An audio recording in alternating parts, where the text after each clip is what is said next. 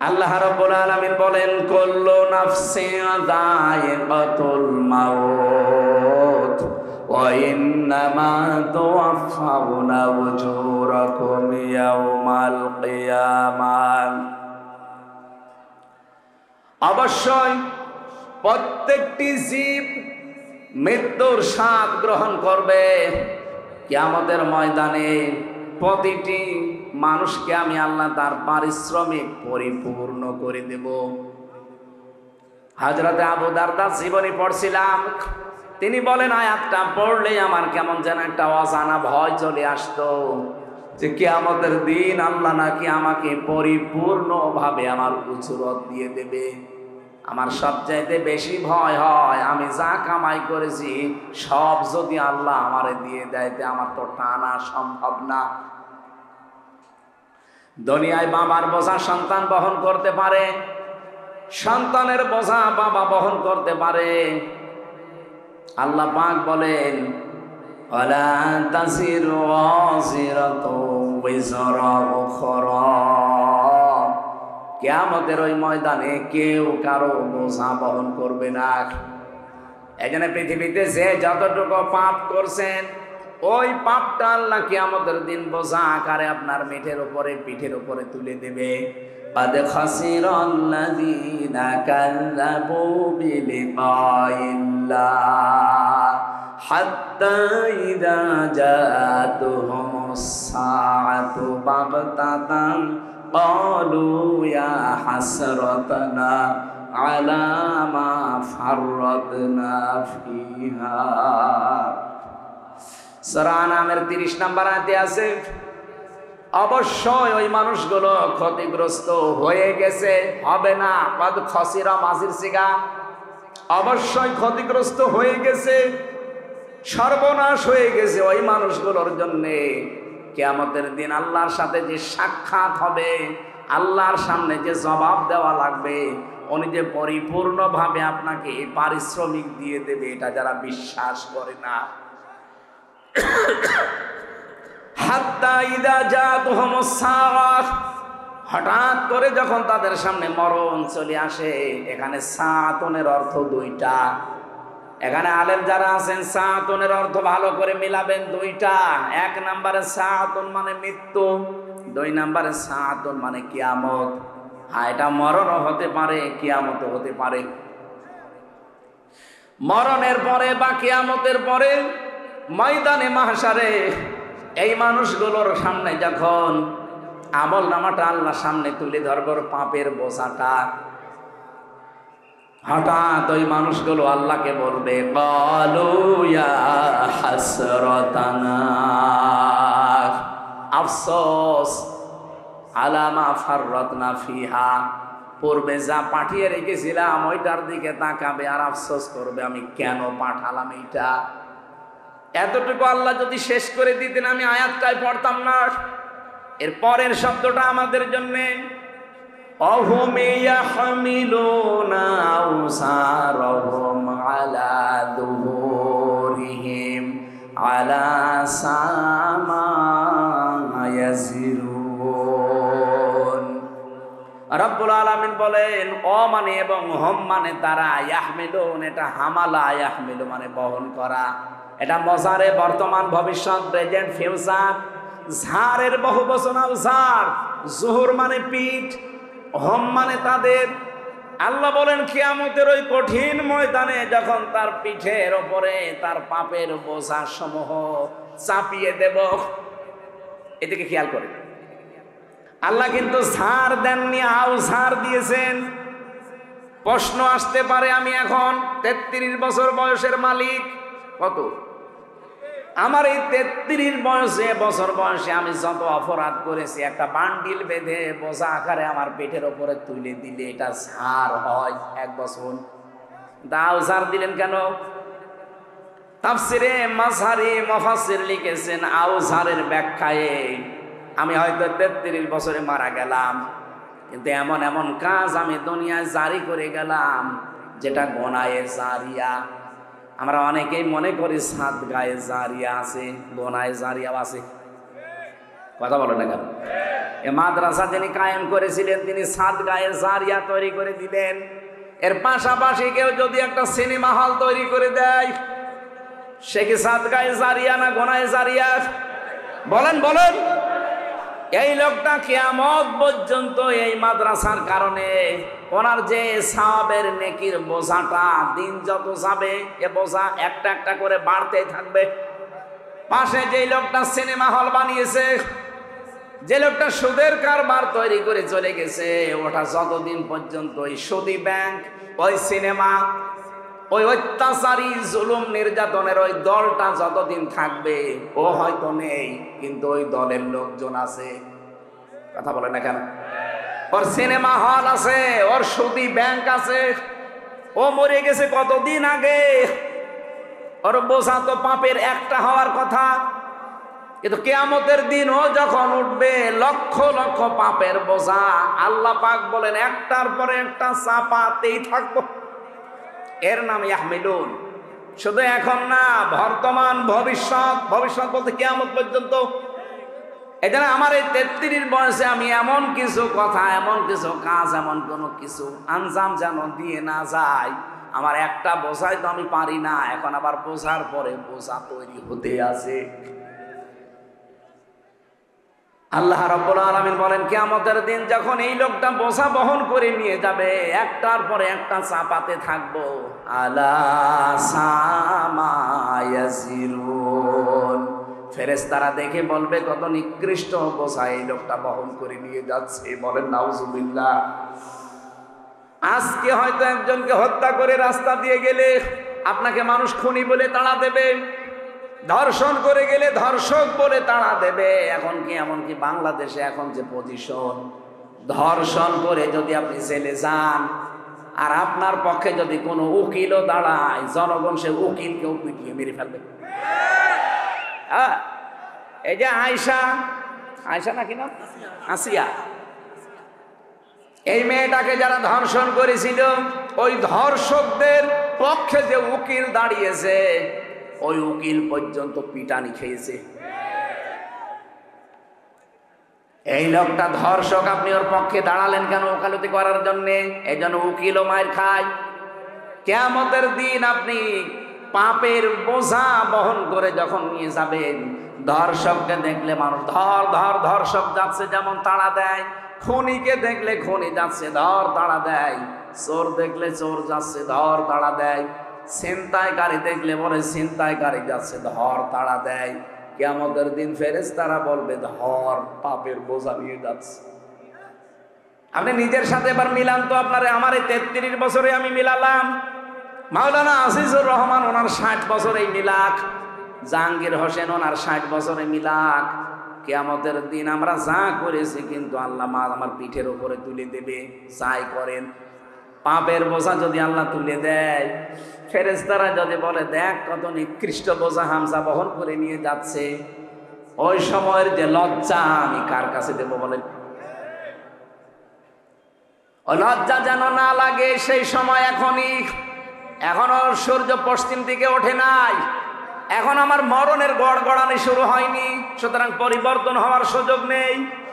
বলেন বলেন, এক্ষুনি সময় পাল্টান। শয়তান তো বাধা আছে, শয়তান তো আপনাকে ধোঁকা দিতে পারবে না, কি বাধা নেই। এরপরেও যদি আপনি পরিবর্তন হতে না পারেন, আপনি মনে করবেন আপনি নিজেই একটা শয়তান।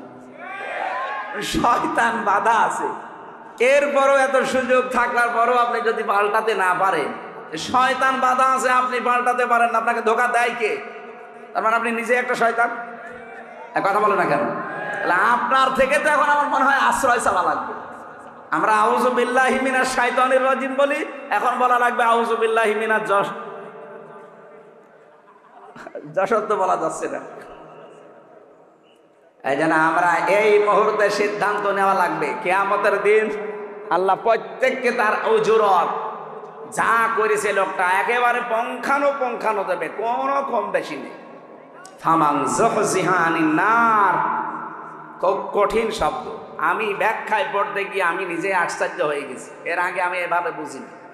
ফামান যুহজিহা, আল্লাহ রাব্বুল আলামিন বলেন যেই লোকটাকে বাঁচিয়ে দেওয়া হবে, যুহজিহা আনিন নার, জাহান্নামের আগুন থেকে বাঁচানো হয়েছে না বাঁচানো হবে? বলেন বলেন। তার মানে পরীক্ষা আমাদের সবার সামনে আছে।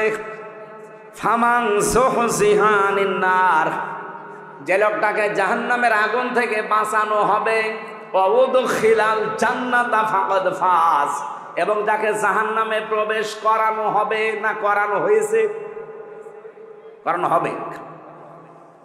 যেই লোকটাকে জাহান্নামের আগুন থেকে বাঁচানো হবে, জান্নাতে প্রবেশ করানো হবে, ফাকাদ ফাজ, সেই লোকটা সফল। তাহলে সফলতার মানদণ্ড এই দুনিয়া না, সফলতার মানদণ্ড হচ্ছে কিয়ামতের ময়দানে যাকে আল্লাহ জাহান্নাম থেকে মুক্ত করে জান্নাতি বলে ঘোষণা দিয়ে দেবে। দ্বিতীয় ব্যাখ্যা কি? এটা তো আখিরাতের ব্যাখ্যা গেল। দ্বিতীয় ব্যাখ্যা কি? আর একটা ব্যাখ্যা আছে ফি জিলালিল কোরআনে। মুফাসসির লিখেছেন, দুনিয়ার জীবনে আল্লাহ যাকে জাহান্নামের কাজগুলো আস্তে আস্তে ছেড়ে দেওয়ার তৌফিক দেয়, আর জান্নাতের কাজগুলো আস্তে আস্তে করার মতো সুযোগ দেয়, ফাকাদ ফাজ, সেই লোকটার জীবনও সফল। আপনি এবার ভাবেন, রমজানের আগে যেমন ছিলেন রমজানে অবশ্যই তেমন নেই, পাল্টিয়েছেন কিছু। বাকি 11 মাস যদি এভাবে পাল্টিয়ে পাল্টিয়ে আপনার জীবন শেষ করতে পারেন, আপনি মনে করবেন আপনার জীবনকে আমার আল্লাহ ফাকাদ ফাজ, সফলতার দ্বার প্রান্তে পৌঁছিয়ে দিচ্ছে। আর যদি মনে করেন না, আগে 2টা বিড়ি খাতাম, এখন রোজার পরে 4টা করে খাচ্ছি, তাহলে মনে করবেন আমি জান্নাতের থেকে আস্তে আস্তে জাহান্নামের দিকে এগিয়ে যাচ্ছি।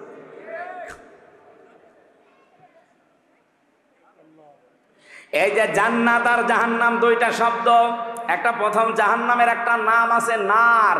জাহান্নামের নাম কি? এই জাহান্নামের নার, আগুন, এটা পুরোটাই যেহেতু আমার আল্লাহ আগুন দিয়ে জ্বালিয়ে রেখেছেন, এই জাহান্নামে আল্লাহ দেবেন কাদের? এই জায়গায় একটা প্রশ্ন আছে। রব্বুল আলামিন জানিয়েছেন, ফাম ওয়া বুররিসাতিল জাহিমু লিমাইয়ারা ফাআম্মা মান তাগা ওয়া আসারাল হায়াতাদ দুনিয়া ফাইন্নাল জাহিমা হিয়াল মাআওয়া। বলেন আল্লাহু আকবার। রব্বুল আলামিন বলেন, জাহান্নামকে সেদিন দৃশ্যমান করা হবে, তোমাদের সামনে নিয়ে আসা হবে। পৃথিবীতে যারা সীমা লঙ্ঘন করেছে এই মানুষকে, আর দুনিয়ার জীবনকে যারা এসার করেছে, প্রাধান্য দিয়েছে, অগ্রাধিকার দিয়েছে, এই 2টা গুণ যাদের দুনিয়াতে ছিল তাদের এই জাহান্নামে দেওয়া হবে, আর জাহান্নাম হবে তাদের আশ্রয় স্থল। বলেন নাউজুবিল্লাহ। সূরা নাবার ভেতরে পেয়েছি, ইন্না জাহান্নামা কানাত মিরসাদা লিত্তাগিনা মাআবা লাবিসিনা ফিহা আহকাবা। অবশ্যই জাহান্নাম একটা গোপন ফাঁদ, এটা একটা ঘাঁটি। এই ঘাঁটিতে আল্লাহ কাদেরকে দেবেন? লিত্তাগিনা মাআবা, পৃথিবীতে যারা সীমা লঙ্ঘন করেছে আর যারা অস্বীকার করেছে। নবীজি বললেন, কুল্লু উম্মতি ইয়াদখুলুনাল জান্নাহ, আমার প্রতিটি উম্মত নারী হোক আর পুরুষ হোক প্রত্যেকেই জান্নাতে যাবে। ইল্লা মান আবা, শুধু যারা আবা তাদেরকে জান্নাত আল্লাহ দেবেন না। সাহাবী বললেন, হে রাসূল, আবা কারা? কিলা ইয়া রাসূলুল্লাহ মান ইয়া আবা, আবা কি জিনিস? নবীজি বললেন, মান আতাআনি দাখালাল জান্নাহ ওয়া মান আসানি দাখালান নার ফাকাদ আবা। হাদিসের শেষ অংশের ব্যাখ্যা হচ্ছে এটা, এই পৃথিবীতে যেই লোকটা আল্লাহর রাসূলের আনুগত্য করে চলবে, এই লোকটা নবীজির সাথে জান্নাতে থাকবে। যারা আল্লাহর রাসূলের আনুগত্য করে চলে না, তার নিয়ম নীতি দেখে চলে না, এই মানুষগুলো ওই আবা। আর আবা যারা, অস্বীকারী যারা, এই মানুষগুলো জাহান্নামী। বলেন নাউজুবিল্লাহ।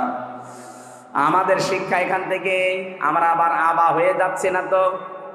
কুল্লু উম্মতি ইয়াদখুলুনাল জান্নাহ, নবীজির প্রতিটি উম্মতি জান্নাতে যাবে, শুধু আবা ছাড়া। আর জাহান্নামে যাওয়ার যে গুণগুলো শুনলাম তার ভেতরে অন্যতম একটা গুণ, তারা আবা হবে। আবা মানে অস্বীকারী। কি অস্বীকার করে? সত্যকে সত্য জানার পরেও যারা অস্বীকার করে, এই মানুষগুলো হচ্ছে নবীজির ভাষায় আবা। আর জাহান্নামের বর্ণনা দিতে গিয়ে আমার আল্লাহ এটাই জানিয়েছেন, লিত্তাগিনা মাআবা। পৃথিবীতে যেই মানুষগুলো সীমা লঙ্ঘন করেছে আল্লাহর, দুনিয়াতে যারা অস্বীকার করেছে আল্লাহর বিধানকে, লাবিসিনা ফিহা আহকাবা, চিরস্থায়ী ভাবে এই মানুষগুলো জাহান্নামের এই ঘাটির ভেতরে পৌঁছতে থাকবে। ও যশোরবাসী, জাহান্নামে যাওয়ার এখানে আমরা দুইটা গুণ কিন্তু পেয়েছি অলরেডি। নারী হোক আর পুরুষ হোক, আমরা তো যা দেখতে পাই অধিকাংশ আমরা এই দুই গুণের ভেতরে আছি। এক নম্বরে আমরা সীমা লঙ্ঘন করছি খুব বেশি। এই রমজানুল মোবারক অনেকের সীমা লঙ্ঘন থামেনি। প্রতিটি জিনিসের একটা বর্ডার আছে। এই যে যশোরের বেনাপোল বর্ডার না, এ বর্ডার পার হতে হলে আপনাকে অবশ্যই পাসপোর্ট এবং ভিসা থাকা লাগবে। এমনি পার হয়ে যান, বিএসএফ গুলি করে মেরে ফেলবে। আল্লাহ পাক বলেন আমার একটা বর্ডার আছে। আমার বর্ডার, বাংলাদেশে প্রায় বর্ডার আছে 22টা। এই তার ভেতরে বেনাপোল একটা। আর আল্লাহর বর্ডার 23টা। কয়টা? 8টা। না না, আল্লাহর বর্ডার একটা কে বলেছে আপনাকে? আল্লাহর বর্ডার 500টা। কোরআনে আল্লাহ বর্ডার দিয়েছেন 500। কয়শো? রমজানুল মোবারকে আমার আল্লাহর বর্ডার কি? শুধু না খেয়ে থাকলে যদি আপনার রোজা হয়ে যেত। আমি যে হাদিস পড়েছিলাম, এবার আলেমদেরকে বলছি, নবীজি কিন্তু আসিয়ামু আজিজি বিহি দেননি, দিয়েছেন কি? আসসাওমু লি ওয়া আনা আজিজি বিহি। সিয়াম আর সাওমের ভেতর পার্থক্য কি? সিয়াম হচ্ছে ধারাবাহিক, কন্টিনিউ, একটার পর একটা আসবে। আর সাওম কিন্তু শুধুমাত্র ধারাবাহিকভাবে আসবে না, এটা পালন করে আপনাকে হক আদায় করে ওই মানে যেতে হবে। এই জন্য অন্যান্য নবীর উম্মতদের উপরে সিয়াম ফরজ ছিল। কি ছিল? আমার এই কথাটা সবাই হয়তো বুঝবেন না, এখানে বোঝার মতো কিছু মানুষ আছে, তাদের জন্য এটা আলাদা বলছি।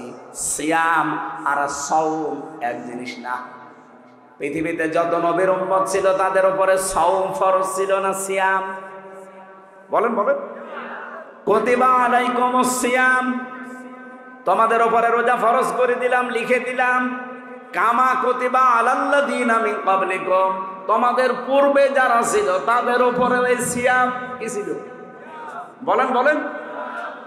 এটা যেহেতু কন্টিনিউ আসে, ধারাবাহিক, একটার পর একটা চলে আসতে থাকে।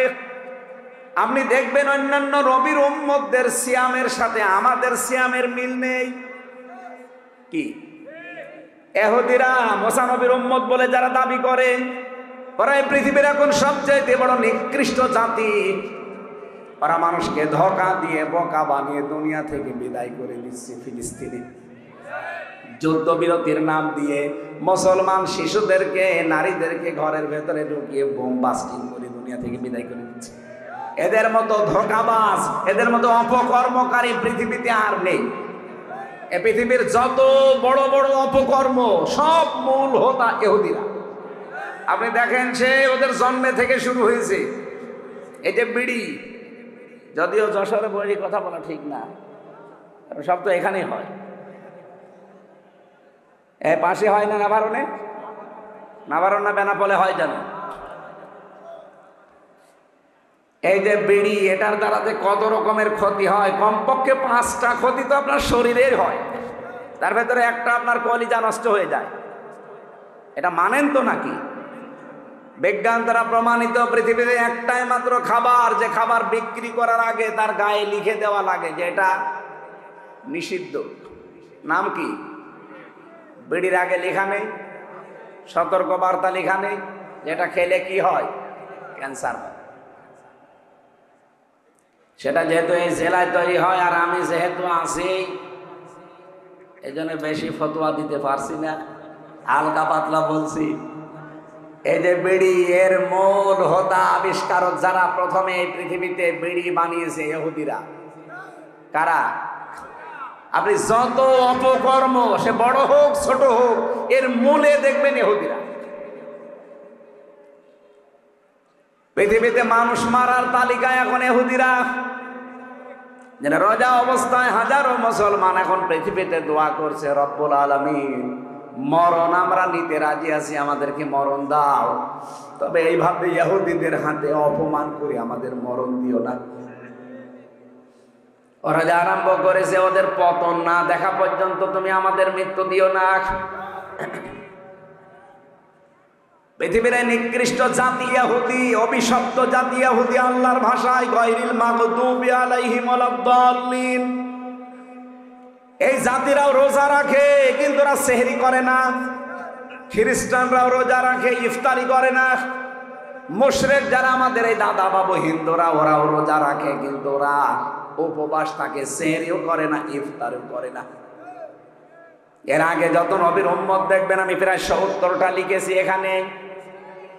হযরতে মরিয়ম আলাইহিস সালাম তিনি রোজা রেখেছিলেন, তার রোজার ধরন ছিল আমাদের মতো না।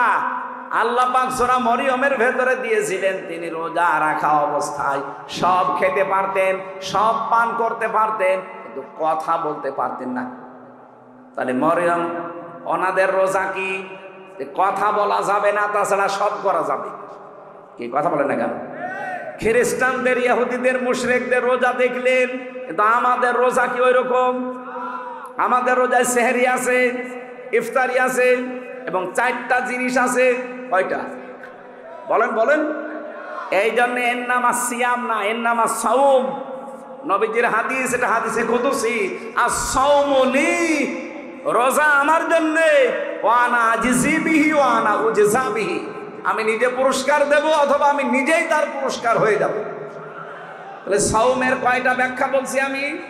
4টা। 1 নম্বরে খাবার থেকে, 2 নম্বরে পানীয় থেকে, 3 নম্বরে স্ত্রী সহবাস থেকে, 4 নম্বরে হারাম যত কাজ আছে সব কাজ থেকে আপনাকে বিরত থেকে আল্লাহকে দেখানো লাগবে, এর নাম রোজা। অন্যান্য নবীর উম্মতের উপরে কি ফরজ ছিল? সিয়াম। বলেন বলেন। আমাদের উপরে রোজা। সিয়াম তো দিয়েছে, সিয়ামকে পরিপূর্ণতায় নিয়ে যেতে হলে অন্য নবীর উম্মতের মতো আপনি খাবার খাবেন, কথা বলবেন না, রোজা হবে? হবে না। মরিয়ম আলাইহিস সালাম শুধু কথা বন্ধ, খাবার খেতে, পানি খেতে, রোজা হয়ে যেত। আমাদের এরকম নেই। আমাদের রোজা হচ্ছে, রোজা থাকবেন কিন্তু এই 4টা জিনিস থেকে আপনি বিরত থাকবে।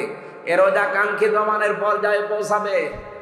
আল্লাহ রাব্বুল আলামিন জাহান্নামের যে আগুন আছে এখান থেকে বাঁচিয়ে রায়্যান নামক একটা দরজা দিয়ে এমন জান্নাতে প্রবেশ করাবে, যেখানে প্রবেশ করা হয়ে গেলে আল্লাহ তালাবদ্ধ করে দেবে, অন্য কাউকে আর ঢুকতে দেবে না।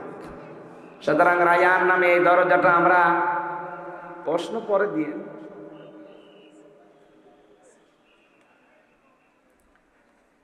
এতক্ষণে না কি করেন কি, এতক্ষণও যদি না করে থাকে, আর আমি পারি না তো ওইটা। আয়াত কি এখন শেষ করবো না, এই পর্যন্ত থাকবে? হ্যাঁ, শেষ করে দেব। বলতে তো আমিও চাই, আমার হায়াতুদ দুনিয়া ইল্লা মাতাউল গুরুর আছে। আমিও বলতে যাচ্ছি যে চিঠি দিচ্ছে বারবার, কি করব? এই চিঠিটা পরে হবে না, আগে হবে এটা, তারপরে ওয়াজ হবে। 5 মিনিট আপনাদের যার কাছে যা ছিল, রমজানে আপনারা মাওলানা রবিউল বলছিল না 1 টাকা 70 টাকা, সুতরাং 1 টাকা থাকলেও আনতে অন্তত অন্য মাসের তুলনায় 70 টাকা দিয়ে যান। যারা যাচ্ছে এই 5 মিনিট দেন, 5 মিনিট দেন, তারপরে দেন। এগুলো আমাদের করাবেন না, আমি জানি না এসব। কালেকশনের মাহফিলে আমার নিয়ে আসবেন না। এই যান তো, কই এর লোক কই, একটু তাড়াতাড়ি করেন। আপনাদের এই সারসা, এরপরে কোথায় যেন স্যার আর মাহফিল আছে আর একটা, হ্যাঁ 6 তারিখে না 5 তারিখে আছে, 8 তারিখে কোনে সারসা আছে, বসতপুর সারসা, এখানে 8 তারিখে একটা মাহফিল আছে স্যারের, আমরা ওখানে থাকবো। আসলে আলোচনার ভেতর ডিস্টার্ব হয়ে গেল, আমি তো গতানুগতিক কথা বলছি, আমি গবেষণা করে কথা বলি। কথা বলতে বলতে তো ভুলে যাচ্ছি, কিভাবে বলবো? আপনি এখানে এসে বলেন, আমি শুনি। জীবনে আপনি সিয়ামের আর সাওমের ব্যাখ্যা শুনেছেন? আজকে শুনলেন প্রথম। তাই আমাদের কথা বোঝাতে হলে একেবারে নিস্তব্ধ পরিবেশ দেওয়া লাগে। আপনারা টাকা আনেন, টাকা তোলেন, কালেকশন করেন। মাদ্রাসার মাহফিল নিয়েছেন কেন? অন্য হুজুর নিয়ে আসবেন যারা কালেকশন করতে পারে। এই আপনারা ওঠেন কেন? এই ভাই 5 মিনিট যখন চাচ্ছি, যাক, কি করা যায়?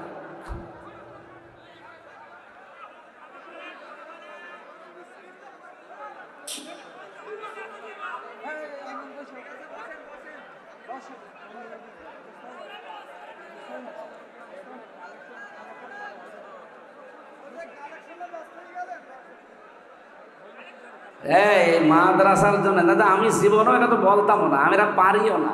কালেকশন করতে হলে অনেক হাওয়া দেওয়া লাগে, পাম্প দেওয়া লাগে, সাথে আমি কিছুই পারি না।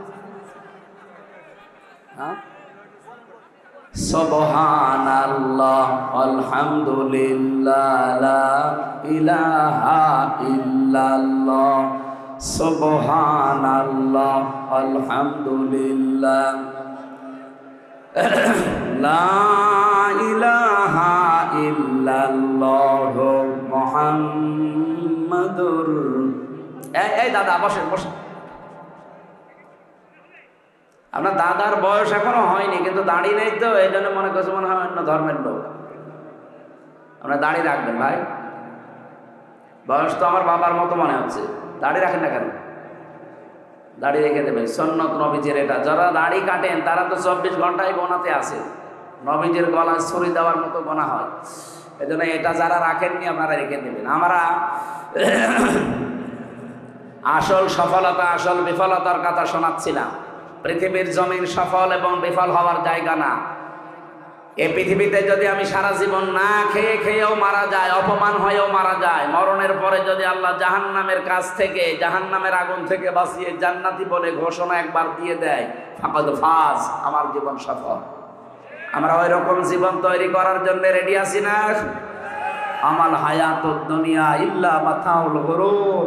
আল্লাহ খুব আফসোস নিয়ে জানিয়েছে, পৃথিবীর জমিনটা প্রতারণা, খেলতামাশা, ধোঁকাবাজি ছাড়া কিচ্ছু না। আপনার মা বাবা, ওইটাও ধোঁকা। মনে আসতে পারে, হ্যাঁ হুজুর মা বাবার কথা বললেন, তাদের দিকে সাকালে সওয়াব হয়, হজের সওয়াব হয়, কিন্তু তারাও ধোঁকা। যেহেতু মাতাউল গুরুর বহু বচন দিয়েছেন আল্লাহ, পৃথিবীর কোনো কিছু ধোঁকা বাদ দিয়ে নেই।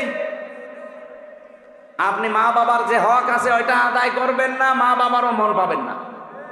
কি কথা বলেন না কেন? স্ত্রী আমাকে ভালোবাসে, স্ত্রীও ধোঁকা। আমি নিজের থেকে বলছি, আমি যদি এখন হামজা আমার 33 বছর, আমার ম্যাডামের 26 বছর, এখন যদি সত্যি আপনারা বলেন যে হুজুর মরে গেছে, হয়তো কান্নাকাটি করবে, পাগল হয়ে যাবে 2-3 দিন। 7 দিনের ভেতরে দেখবেন স্বাভাবিক হয়ে গেছে। 4 মাস 10 দিনের ভেতরে ওর মা আর বাবা এসে আমার মা বাবাকে বলবে হামজা তো মরিয়ে গেছে, মেয়ে এখন রেখে করবো কি, দেন অন্য জায়গায় বিয়ে দেবো। ঠিক মানে দেবে। 7 দিন পরে দেখবেন ম্যাডাম ওর বাবারে কল দিয়ে বলবে, আব্বা হামজা তো কি ছিল, এ জামাই পেয়েছি 100 ভাগ ভালো, একেবারে পারফেক্ট জামাই, অথচ আমি কি করিনি তার জন্য। সব ভুলে যাবে মাত্র 7 দিনে। কয়দিনে? যেন দুনিয়ার জীবনটা পুরা ধোঁকা। হ্যাঁ, আমি স্ত্রীর সাথে ভালো ব্যবহার করব, আমার স্বামীর হক আমি আদায় করব, এই জন্যে এটা দিয়ে যেন আমার আখিরাত তৈরি হয়। এক কথা বলেন না কেন? আমার সন্তানের প্রতি আমার দায়িত্ব পালন করব, যেন এটা দিয়ে আমার আখিরাত তৈরি হয়। তাছাড়া পৃথিবীতে এই চোখ খোলা আছে, সম্পর্ক আছে, চোখ বন্ধ হয়ে গেলে সম্পর্ক শেষ, সব সম্পর্ক কাট হয়ে যাবে। ফাইদা নফিখা ফিস-সূর ফালা আনসাবা বাইনাহুম ইয়াউমাইদি ওয়ালা ইয়াতাসালুন। নসবের বহু বচন আনসাব। আল্লাহ বলেন একটা সম্পর্ক থাকবে না, চোখ বন্ধ, সব সম্পর্ক কাট হয়ে যাবে। আপনার স্ত্রী আপনার আর পরিচয় থাকবে না, আপনার সন্তান আপনার পরিচয় নেই। এমনকি কোরআনের আয়াতের ব্যাখ্যা হচ্ছে কিয়ামতের দিন কোন কোন সন্তান তার মায়ের পা ধরে থাকবে 500 বছর। 500 বছর পরে ওর মুখের ওপরে লাথি দিয়ে বলবে, সন্তান পাবো কোথায়, দুনিয়ায় বিয়েই হয় না। এই জন্য দুনিয়ার জীবনটা যেহেতু ধোঁকা, খেল তামাশা, রং তামাশা, এটা গুরুর, আমি সহ প্রত্যেকেই যেন এটা বোঝবান হই। আমি এটা জেলে যেয়ে আরো বেশি বুঝেছি, কারণ আমি ওখানে আটকা জীবনে ছিলাম। বাস্তবতা আমি বুঝেছিলাম যে দুনিয়ার জীবন তো আসলেই ধোঁকা। আমি যদি এখন মরে যেতাম কি হইতো? এখান থেকে লাশটা বের করে দিত, 2-4 দিন ম্যাডাম কান্নাকাটি করে কবরে দিয়ে ওই বলতো আল্লাহ আমার স্বামীকে মাফ করে দিও, দিয়ে আর একটা সংসার করে ঠিক চালিয়ে যাচ্ছে কাজ। এই জায়গায় পড়ে যদি আমার বিশাল আখেরাত আমি নষ্ট করে ফেলি, আমার মতো পাগল দুনিয়ায় আছে। এই জন্য পাগলামি করা যাবে না। রমজানুল মোবারক সংযমী হওয়ার মাস, যেহেতু আমরা অনেকে সংযম অলরেডি হয়ে গেছি, আর সামনে আরো বেশি সংযম হওয়ার চেষ্টা চালাবো। আর রোজায় থেকে তো 2 ঘন্টা প্রায় 30 মিনিট, ওখানে 1 ঘন্টা 15 মিনিট, এখানে 1 ঘন্টা 15 মিনিট, এই 2 ঘন্টা 30 মিনিট আমার গলা শুকিয়ে যাচ্ছে। আগামীতে আবার আসবো যখন রমজানের পরে, আবার মাহফিল আছে রমজানের পরে, স্যারের এখানে আছে, বসতপুরে আছে, ওখানে কথা বলবো ইনশাআল্লাহ। আল্লাহুম্মা আমিন। লা ইলাহা ইল্লা আনতা সুবহানাকা ইন্নী কুনতু মিনাজ জালিমিন। আল্লাহ তাআলা রমজানুল মোবারকে আমার অসুস্থ শরীর, গলাও শুকিয়ে যাচ্ছে, এই জন্য আমি আর বেশিক্ষণ টানতে পারলাম না। যতটুকুই বলেছি আল্লাহ আমল করার সুযোগ দাও। এই আয়াতটা আমাদের জীবনে তুমি 100 ভাগ কার্যকর বানিয়ে দাও। কিয়ামতের দিন যেন এই আয়াতটা আমাদের পক্ষে সাক্ষী দিয়ে জান্নাতে পৌঁছিয়ে দেয়। ফামানে যুহজিহা আনিন নার ওয়া উদখিলাল জান্নাতা ফাকাদ ফাজ। জাহান্নাম থেকে যাকে মুক্ত করে জান্নাতি বলে তুমি ঘোষণা দিয়ে জান্নাতে পৌঁছিয়ে দেবে, তার জীবন সফল। দুনিয়ায় যারা আস্তে আস্তে পাপের কাজগুলো ছেড়ে দিয়ে দিয়ে ভালো ভালো কাজে যারা এগিয়ে যেতে পারবে, তাদের জীবন সফল। আয়াতের এই 2টা ব্যাখ্যায় তুমি আমাদের জন্য কার্যকর করে দাও। সম্মানিত মা বোনেরা যারা পর্দার আড়ালে বসে আছে, এদেরকে তুমি খাদিজার মতো, আয়েশার মতো বানিয়ে দাও। কত মানুষ অসুস্থ, আল্লাহ তুমি শেফায়ে কামিলা আজেলা নসিব করে দাও। যে পরিবারে শান্তি নেই, মেয়েদেরকে তুমি শান্তি দান করো। যারা অসুস্থ, অনেকে এমন রোগ আছে মানুষের কাছে বলাও যায় না, আল্লাহ আমাদের রোগগুলো তুমি শেফা দিয়ে দাও। সন্তানাদি যাদের দিয়েছো আল্লাহ মানুষের মতো মানুষ বানাও।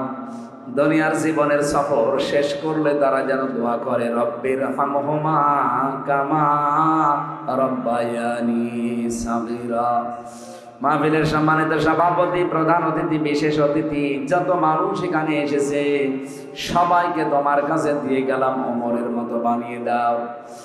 এই গগা এলাকায় মাটির নিচে যত মানুষ ঘুমিয়ে আছে, কোরআনের ইজ্জতে মাফ করে দাও।